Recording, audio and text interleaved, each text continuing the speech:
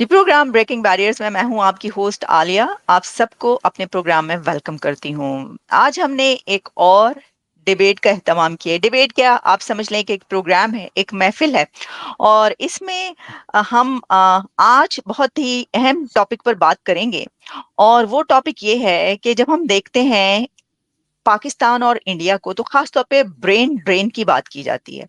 क्योंकि इकोनॉमी एक कंट्री की बहुत अच्छी और एक कंट्री की बहुत खराब। उस पे कहा जाता है कि ज़ाहिर है कि इकोनॉमी में एक बड़ा रोल एजुकेटेड यूथ भी प्ले करती है। तो बहुत सारे नौजवान तो दूसरे मुल्कों को उड़ जाते हैं, चले जाते हैं। तो क्या ये जो एक चीज़ है, ये किसी कंट्री के ऊपर बहुत ज़्यादा इम्पैक्ट डालती है? इसके ऊपर बात करने के लिए आज हमारे साथ मौजूद हैं, हमें ज्वाइन कर रहे हैं डॉक्टर चंद्रपाल शर्मा जी, जो कि साइंटिस्ट हैं, हार्वर्ड में पढ़ाते रहे हैं और इसके अलावा साइंस के हवाले से और जो कोविड की अद्वियात हैं, मेडिसिन, उसमें इनका बहुत कंट्रीब्यूशन भी रहा। तो डॉक्टर चंद्रपाल शर्मा जी, बहुत शुक्रिया कि आपने मेरे प्रोग्राम के लिए आज टाइम निकाला। Thank you Alia, thank you. और हमें ज्वाइन कर रहे हैं शकील चौधरी साहब, जो कि एक नोन पर्सनालिटी हैं, मीडिया की नोन पर्सनालिटी हैं और ये बहुत सीजन्ड जर्नलिस्ट हैं। और इससे पहले भी जब ये मेरे प्रोग्राम में आए तो इनकी एक, जब हम देखते हैं इनकी कामयाबियां, और क्योंकि गवर्नमेंट कॉलेज लाहौर से इन्होंने भी पढ़ा, मैं भी रावियन हूँ, ये भी रावियन है, लेकिन इसके अलावा इन्होंने अ, अ, लंदन जाकर भी पढ़ा और अपना यूट्यूब चैनल भी रन करते हैं। बहुत शुक्रिया शकील चौधरी साहब, हमारे प्रोग्राम थैंक यू। में के लिए आपने वक्त निकाला। Thank you Arya. अ, जो मैंने बात की आप दोनों से, मैं इसी टॉपिक पर और इससे रिलेटेड जो भी आप एक काफी, क्योंकि ये एक वास्ट टॉपिक बन जाता है, इसमें बहुत सारे एंगल्स आ जाते हैं, उस पर बात करना चाहूंगी। डॉक्टर चंद्रपाल शर्मा, आपसे ही स्टार्ट करना चाहूंगी। देखिए, ये बात की जाती है कि जो इंडिया की इकोनॉमी है वो बहुत बेहतरीन है, फिफ्थ लार्जेस्ट इकोनॉमी है। पाकिस्तान जो है वो तो इस वक्त जो रोल ओवर कर्जा है वो भी हासिल नहीं कर पाया, और जो इस वक्त हो रहा है कि आईएमएफ का अभी तक अप्रूवल नहीं आई, कि जो पावर्टी है नहीं है, कि उसकी वजह से आपको कशकोल पकड़ के जगह जगह जाना पड़ता है। सर, काइंडली आप इसको एलैबोरेट कैसे करेंगे? Thank you Alia. हमेशा मुझे ना थोड़ा सा करेक्ट करना पड़ता है आपको। वो ये है, कोविड में हमारी बहुत बड़ी नहीं है, बस छोटी सी कंट्रीब्यूशन है, and we were paid for that. Just for the record I want to correct it again. Anyway, poverty के ऊपर मैंने कुछ लिखा है, कुछ पढ़ा है। Poverty is a disgrace. Poverty एक लानत है इंसानियत के ऊपर। पॉवर्टी का मीन ह्यूमिलिएशन है, हेल्पलेसनेस है। जो कहना आप नेगेटिव बोल दीजिए, पॉवर्टी का मतलब है एक्सप्लॉयटेशन, सेक्सुअल एक्सप्लॉयटेशन आल्सो। तो उसके रीजन तो बहुत हैं, हम डिस्कस कर सकते हैं, particularly in relation to Pakistan, more for Pakistan, less for India now, क्योंकि things have definitely change lot in India. मैं पॉवर्टी के ऊपर बाई चांस कल एक वीडियो देख रहा था, एक्सट्रीम पॉवर्टी क्या होती है, क्या क्या हेल्पलेसनेस है उसमें। एक आदमी को मैंने देखा, बाई चांस हुआ था कि वो किसी एक छोटे से ब्रिज के ऊपर ना, उसमें से स्टील की रॉड्स निकाल रहा है, जो सरिया बोलते हैं हम उसको। तो किसी आदमी ने उसको रोका भी, ये क्या कर रहे हो, खराब कर दो के सारा।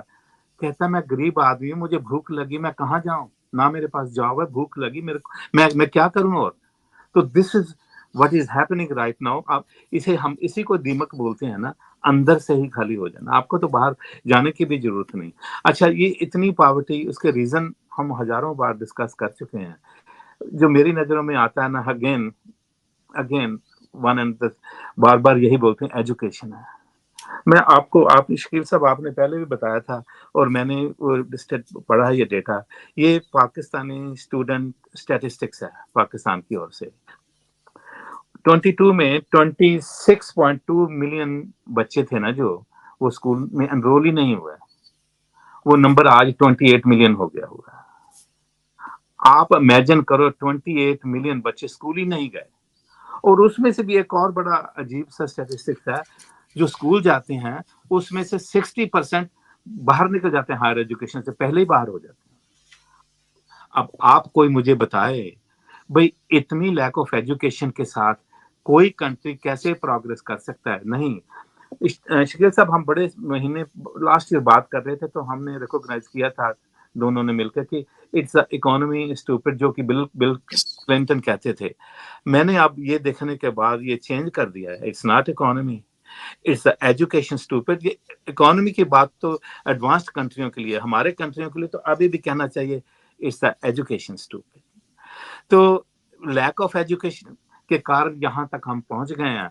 अब इसके मैं एक और थोड़ा सा साइड ट्रैक होना चाहूंगा। हम लाहौर पाकिस्तान की ही बात करते हैं, ये वही कंट्री है, आई होप बड़े लोगों को मालूम होगा कि इस सिटी लाहौर ने 6 नोबेल लॉरियट्स लिए हैं। आई होप आप लोगों को मालूम होगा, मुझे भी नहीं मालूम, मैं 5 समझता रहा, पर कल जब देखा ऑनलाइन जाके एक और निकला है, 6 नोबेल लॉरियट लाहौर से पढ़ के निकले हुए हैं, या उनकी एसोसिएशन है लाहौर के साथ। अब आप बताओ, कोई एशिया में या यूएस या वेस्टर्न सोसाइटी को छोड़ के कोई ऐसा और सिटी है, मुझे नहीं मालूम, होगा तो मुझे नहीं मालूम, कि जहां से 6 नोबेल लॉरियट निकले हुए हैं।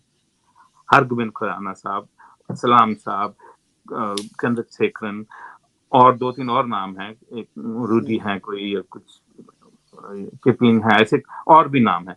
Anyways that decide the point.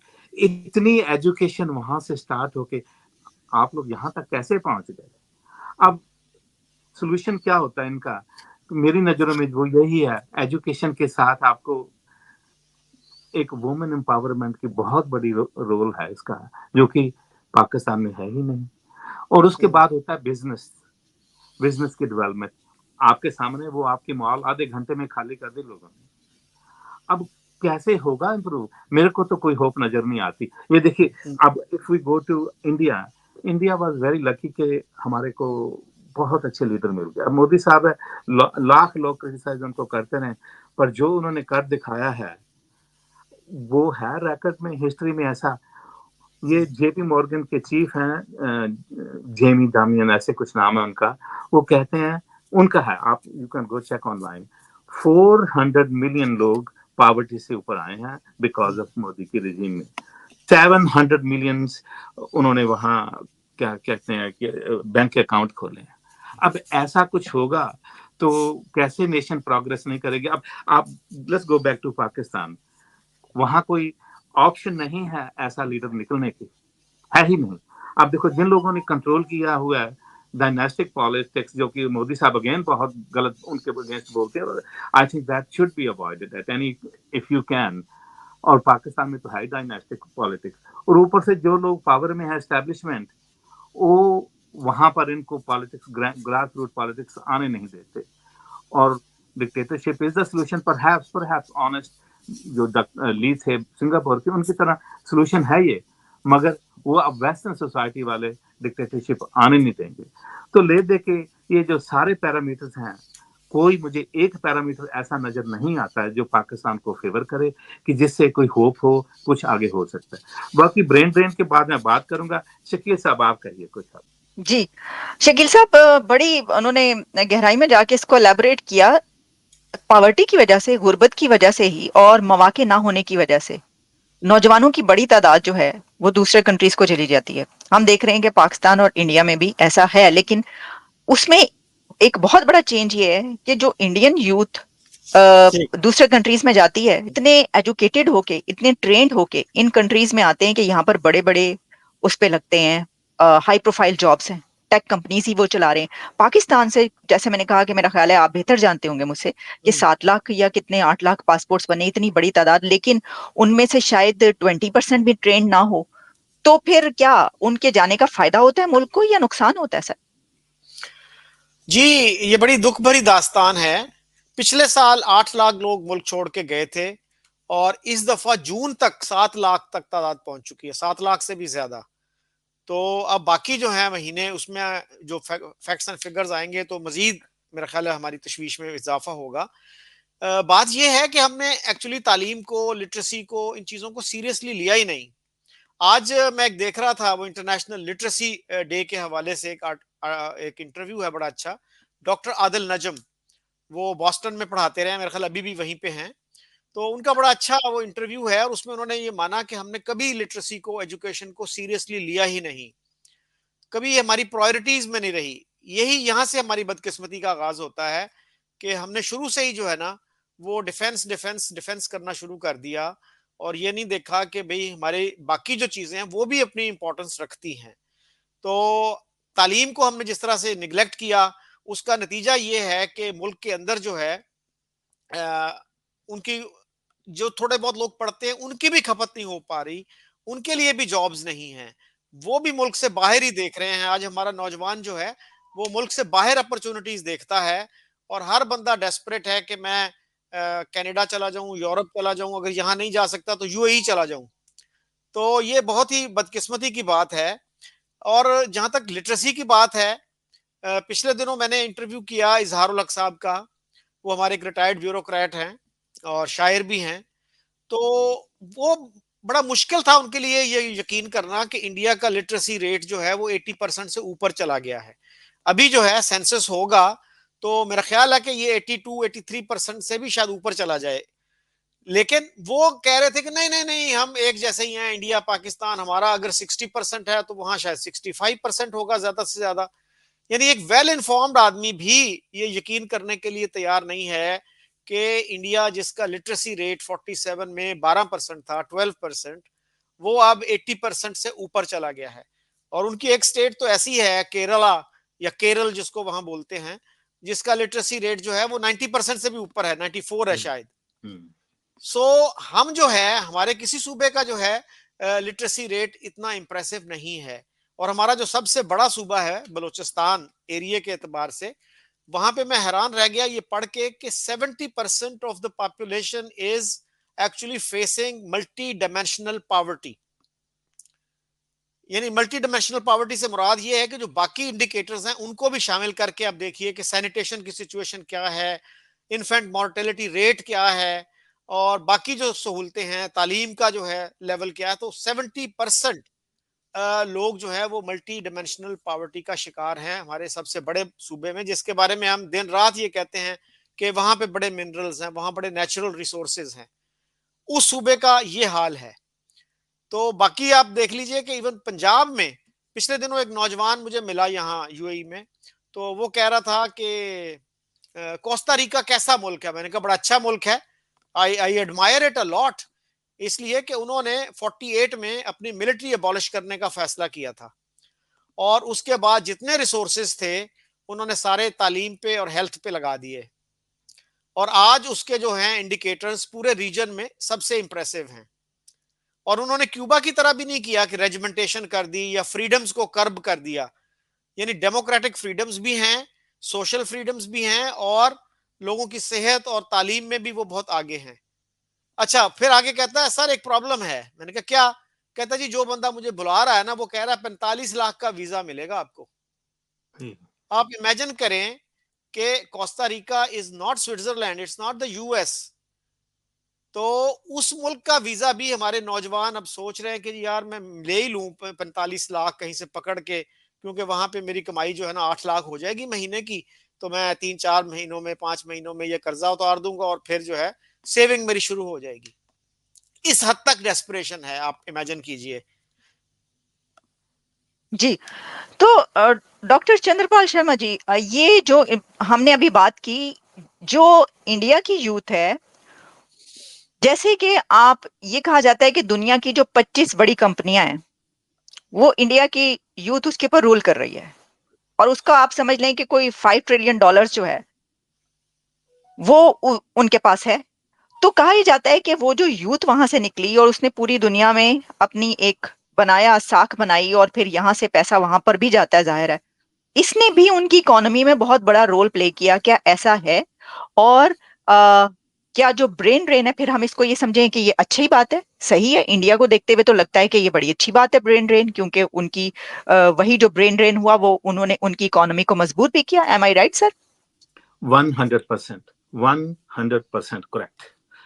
हम जब अभी कॉलेज में थे, यूनिवर्सिटी में पढ़ रहे थे 1980s लेट 70s में, तो हमें ये था कि हमें कोई होप नजर नहीं आती थी। बात है कि हम सेल्फिश लोग हैं, मैं सेल्फिश था, मुझे लग रहा था कि यहाँ मैं कुछ नहीं कर पाऊंगा। हमने बाहर को रास्ता किया, रास्ता मिल भी गया। कौन जाता है बाहर छोड़ के? आई थिंक पहले तो यही समझते थे कि जो सेल्फिश लोग हैं वही जाते हैं, कि जब से ह्यूमन एवोल्यूशन हुई है ना, लोग माइग्रेट करते आ रहे हैं। Human evolution is based on the migration. कुछ जिन लोग, जो ज्यादा लोग स्मार्ट होते हैं तो इजीली उनके लिए हो जाता है, जो दूसरे हैं उनके लिए थोड़ा टाइम लगता है। मगर रियलिटी है, मैं कुछ केसेस आपके साथ डिस्कस करूंगा।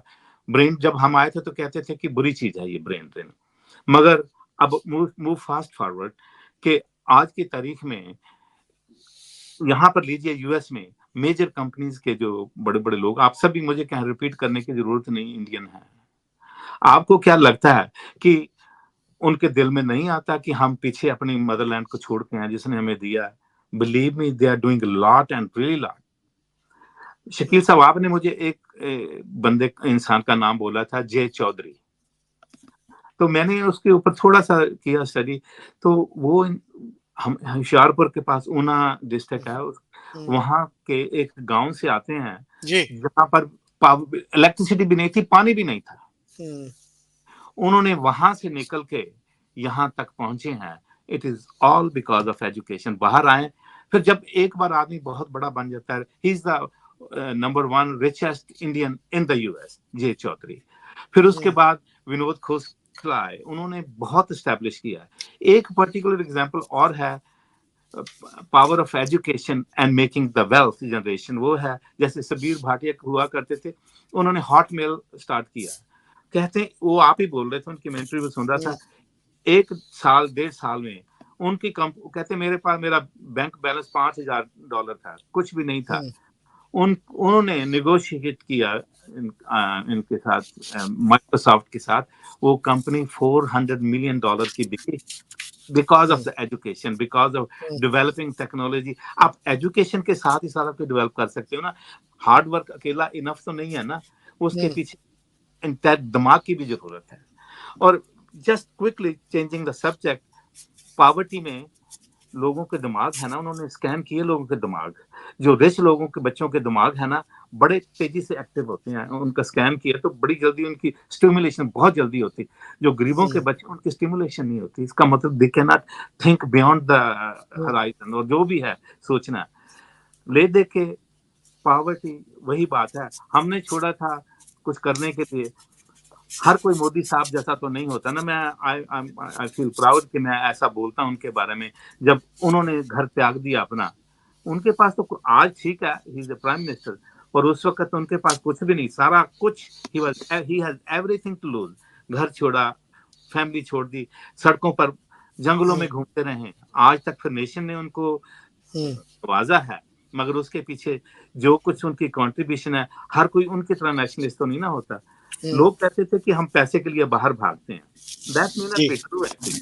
क्योंकि आज की तारीख में इंडिया से लास्ट ईयर कोई 50,000 millionaire very rich Indian they left India.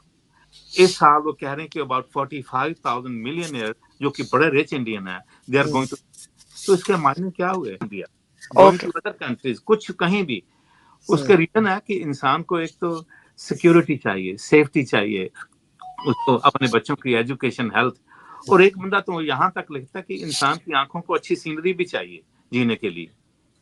तो इतना बड़ा, इतने बड़े लोग छोड़ के गए हैं, तो उसके पीछे कुछ रीजन तो होगा ना। तो मेरा मानना है कि ले दे के जो ब्रेन ड्रेन है, उसका इंडिया के ऊपर बहुत बहुत पॉजिटिव इम्पैक्ट हुआ है। लास्ट ईयर 110, अगर मैं गलत नहीं बोलता, $110 बिलियन लोगों ने भेजे हैं इंडिया में। India was the number 1 country जहां पर इतना पैसा वापस आया है। तो ट्रेन अब मेरे ख्याल बंद कर देनी चाहिए बात। ये तो कहो कि कैसे, ये तो वैसे ही ग्लोबल विलेज बन चुका हुआ है। अब आप रोक ही नहीं सकते, कहीं भी चले जाओ, हर जगह पर आपको हर जगह के लोग मिलते हैं। तो I think it's a good thing, very good thing, nation के लिए पॉजिटिव इम्पैक्ट हुआ है जी। ओके शकील साहब, पाकिस्तान के लिए पॉजिटिव है नौजवानों का बाहर जाना, और क्या पाकिस्तान के लोग भी बाहर से इसी तरीके से पैसा भेजते हैं अपना वतन समझ के? जी, पाकिस्तान छोड़ने वालों में बहुत से ऐसे लोग भी हैं जो इंटेलेक्चुअल फ्रीडम्स की वजह से, ना होने की वजह से जो है वो मुल्क छोड़ के जाते हैं। कि जब यहाँ पे डिक्टेटरशिप होती है, बहुत से लोग हैं जो रिलीजियस कंसिडरेशंस की वजह से मजहब मुल्क छोड़ के जाते हैं। जैसे हमारे यहाँ बहुत से अहमदी हैं, वो जो है मुल्क छोड़ के जाते हैं कि जी हमें अपने मुल्क में खतरा है, हमारी जान को खतरा है। तो ये जो वजूह हैं वो शायद इंडिया में इतनी बड़ी रीजंस नहीं हैं जो हमारे यहाँ इतनी बड़ी रीजंस बन गई। ये जो बात है ना जी, जो ब्रेन ड्रेन है, एक मुल्क का अगर ब्रेन ड्रेन है तो दूसरे मुल्क का ब्रेन गेन भी होता है वो। लेकिन अगर आपकी प्रायोरिटी सही हो और आप पढ़े लिखे लोगों को बाहर भेज रहे हैं तो वो फिर आपके मुल्क को कंट्रीब्यूट भी करते हैं। वापस आके अपने एक्सपर्टीज के साथ अपनी कंपनीज के थ्रू। अब आप ये देखिए ना कि ये जितनी बड़ी अमेरिकन कंपनीज हैं उनका अमेजोन का सबसे बड़ा ऑफिस जो है वो हैदराबाद दक्कन में है। इसी तरह से आप देखिए कि गूगल के 4 ऑफिसेज हैं इंडिया में, 4 मुख्तलिफ शहरों में। तो हमारे यहाँ तो एक भी नहीं है, हालांकि हमारा मुल्क भी एक 25 करोड़ का मुल्क है, बड़ा मुल्क है। तो इसके बावजूद हमारे यहाँ पेपॉल जैसी फैसिलिटी, बेसिक फैसिलिटी भी नहीं है। और हमारे जो हुक्मरान हैं उनको उनके कान पे जूं तक नहीं रेंगती कि हम कितने बड़े क्राइसिस में फंसे हुए हैं। मेरा एक फेवरेट वो शेर है जॉन एलिया का, हमारे एक पोएट थे जॉन एलिया जो इंडिया से आए थे। तो वो कहते हैं मैं भी बहुत अजीब हूँ, इतना अजीब हूँ कि बस खुद को तबाह कर लिया और मलाल भी नहीं। मलाल भी नहीं। एक मिसाल में अगर आपको दूं साइंटिफिक मैन पावर की, हमारे एक बहुत बड़े साइंटिस्ट थे सलीमो जमा सिद्दीकी, लखनऊ से थे वो। तो वो पाकिस्तान आना चाह रहे थे तो वो पंडित नेहरू से मिले कि पंडित जी आप मशवरा दीजिए, मैं पाकिस्तान जाऊं, मुझे इनविटेशन है कि आप आए इधर ना। तो पंडित जी ने बखुशी उनको इजाजत दी। उन्होंने कहा इंडिया के पास साइंटिस्ट हैं, काफी हैं, पाकिस्तान को ज्यादा जरूरत है आपकी। So he wanted Pakistan to progress scientifically, educationally. तो ये जो जज्बा है कि किस मुल्क को कितनी जरूरत है साइंटिस्ट्स की, हमने तो कभी इसका हिसाब ही नहीं लगाया। हमारे यहाँ तो कहीं नहीं वो सोचते कि इंडिया में अगर हर हर साल जो है 25,000 24,000 लोग पीएचडी कर रहे हैं और जिनमें से ज्यादा साइंसेज में होता है, तो हमारे यहाँ जो है 12,000 या 10,000 तो होने ही चाहिए। उसमें हम कभी मुकाबले की बात नहीं करते। हम ये नहीं सोचते कि अच्छा जी उनका लिटरेसी रेट जो है वो 10 साल में अगर 10% बढ़ा है, 12% बढ़ा है, तो हमारा जो है वो 6% तो बढ़ना ही चाहिए। तो हमारा तो 60% से ऊपर जाने का नाम नहीं ले रहा। बल्कि पिछले 2 साल पहले, 3 साल पहले ऐसा भी एक पीरियड आया जब हमारा लिटरेसी रेट नीचे गया। ये भी शायद एक रेयर एग्जांपल होगी दुनिया की तारीख में कि किसी मुल्क का लिटरेसी रेट जो है वो नीचे गया हो, ऊपर जाने के बजाय। तो इस तरह के जो हमारे मसाइल है ना, बेसिक मसला ही यही है कि हमने अपनी तरजीहात का सही तयन नहीं किया। हमारी प्रायोरिटीज जो हैं उस पे हमने कभी सोचा नहीं कि हमें कितने पढ़े लिखे लोग किस फील्ड में चाहिए हैं। तो एक जिसको कहते हैं ना भाग दौड़ एक है कि बस ठीक है जी आज एमबीए करना है जी, एमबीए हर बंदा एमबीए किए जा रहा है। कंप्यूटर का आ गया जी, हर बंदा कंप्यूटर की तरफ दौड़ रहा है कि भाई आपको फिलोसोफर्स भी चाहिए होते हैं, आपको इकोनॉमिस्ट भी चाहिए होते हैं, आपको दूसरे फील्ड्स के लोग भी चाहिए होते हैं। अब आप देखिए कि पाकिस्तान में अब सैकड़ों यूनिवर्सिटियां हैं और सिर्फ 9 यूनिवर्सिटियां ऐसी हैं, 9, which are offering courses in philosophy, which is a very important discipline. और हिस्ट्री के बजाय हम अब मुतालिया पाकिस्तान पढ़ाते हैं, पाकिस्तान स्टडीज पढ़ाते हैं। तो कल मैं कहीं पढ़ रहा था कि एक प्रोफेसर साहब थे बलूचिस्तान यूनिवर्सिटी के, तो वाइस चांसलर थे उनके एक ब्रिगेडियर साहब। तो ब्रिगेडियर साहब कहते हैं उन प्रोफेसर साहब को, सिद्दीकी साहब पाकिस्तान स्टडीज में ना रिसर्च भी करवाया करें। तो उन्होंने कहा ब्रिगेडियर साहब इस सब्जेक्ट का भरम उस वक्त तक कायम है जब तक इसमें रिसर्च ना हो। अगर रिसर्च शुरू हो गई तो फिर इस सब्जेक्ट का भरम खत्म हो जाएगा। तो हमने जो है ना पाकिस्तान स्टडीज को और इस्लामिक स्टडीज को हर जगह पे इम्पोज किया हुआ है। यानी एमबीए, आपने एमबीबीएस करना है, मेडिसिन में डिग्री लेनी है, उसके लिए भी आपको इस्लामिक स्टडीज और मुतालिया पाकिस्तान यानी पाकिस्तान स्टडीज पढ़नी पड़ेगी। आपने इंजीनियरिंग करनी है, कंप्यूटर साइंस करना है, वहां पे भी आपको ये पढ़ना पड़ेगा। भाई क्या फायदा क्या है। आज मैंने एक फेसबुक पे अपना एक लगाई थी पोस्ट जिसमें 25-30 सब्जेक्ट दिए हुए थे कि ये चीजें हैं जो बच्चों को पढ़ानी चाहिए, जिसमें सर्वाइवल स्किल्स थी, कार की मेंटेनेंस थी, खाना पकाना था, इस तरह की ना। तो उसमें कहीं ये नहीं था कि रिलीजियस स्टडीज भी उसमें होनी चाहिए या आपके मुल्क का जो है वो उसका आप कोई नेशनलिस्टिक वर्जन पढ़ाएं। अब ये भी हमारे यहाँ बड़ी दिलचस्प बात है कि हमारे लोग कहते हैं जी पाकिस्तान के लोग जो है ना दीन से दूर हो गए हैं। हमारे प्रॉब्लम्स क्यों हैं कि जी दीन से दूरी है। तो फिर दीन से दूरी, इसके बावजूद दूरी है। 77 साल से हम इस्लामाइज कर रहे हैं मुल्क को, और वो इस्लामाइज होने का नाम नहीं ले रहा। इसके बावजूद हमने वो ऑब्जेक्टिव्स रेजोल्यूशन किया, उसके बाद इस्लामी आइन बनाया, फिर नॉन मुस्लिम्स को हमने डिक्लेयर किया कि ये प्रेसिडेंट नहीं बन सकते, प्राइम मिनिस्टर नहीं बन सकते, फिर अहमदियों को नॉन मुस्लिम डिक्लेयर किया। हर चीज में तो मजहब आपने घुसेड़ दिया। इसके बावजूद कहते हैं जी हम दीन से दूर हो गए। तो भाई अगर आप दीन से दूर हो तो फिर दीन से करीब कौन है? और इंडिया में कॉन्स्टिट्यूशन की वजह से कॉन्स्टिट्यूशनल प्रोविजन है कि स्टेट रिलीजन नहीं पढ़ा सकती। उसके बारे में हम कहते हैं वो तो बड़े कट्टर हिंदू हैं, वो तो बहुत बिगटेड हिंदू हैं, हम बहुत ब्रॉड माइंडेड हैं। तो इस तरह की जो हमारी कंट्राडिक्शंस हैं उनको भी हमें देखना चाहिए कि हम क्या क्या कर रहे हैं और हमारे इन चीजों का कितना फायदा हुआ है, कितना नुकसान हुआ है। ठीक। तो डॉक्टर चंद्रपाल शर्मा जी, ये शकील साहब ने बड़ी गहरी बातें की। उसके अंदर ये भी कि वहां पे तो मजहब नहीं पढ़ाया जाता। मुझे भी वैसे ज्यादा कोई अरसा नहीं गुजरा जब मुझे ये बात नहीं पता थी कि इंडिया में मजहब नहीं पढ़ाई, यानी जिस तरह, क्योंकि इतनी आदत पाकिस्तान में तो बचपन से लेकर और बुढ़ापे तक पाकिस्तान, जिस तरह शकील साहब ने कहा, पाकिस्तान स्टडीज और इस्लामियात जो है वो पढ़नी ही पढ़नी है। आप कुछ भी पढ़े हो, लाजमी है, कंपलसरी सब्जेक्ट्स हैं वो। इंडिया में रिलीजन नहीं पढ़ाया जाता। तो इसका क्या इम्पैक्ट होता है? और दूसरा ये भी बताइएगा कि हमने जो ये गुफ्तगू की, तो इससे एक रिजल्ट ये निकल रहा है कि अगर अनट्रेंड, यानी जो ट्रेंड नहीं है यूथ, अगर वो बाहर जाएंगे तो उसका फायदा आपको नहीं होगा, शायद उसका नुकसान हो। जगह जगह पकड़े जाएं लोग कुछ इस तरह की हरकतें करते हुए। लेकिन अगर ट्रेंड यूथ ब्रेन ड्रेन हो रहा है तो उसका फायदा होता है। एम आई राइट सर? पार्शली वो ये है कि जो लोग बाहर जाते हैं ना, सारे तो चोर नहीं बनते ना, सारे तो मांगते नहीं है।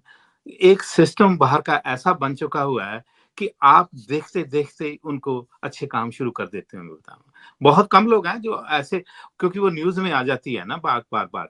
और मगर रियलिटी ये है कि कोई भी जाए, आखिर में वो भी उन्हीं के कारण तो पाकिस्तान चल रहा है ना। कितने बिलियन डॉलर उन्होंने भी वापस भेजे, वो मजदूर लोग ही थे जो अपनी फैमिली को सपोर्ट करने के लिए।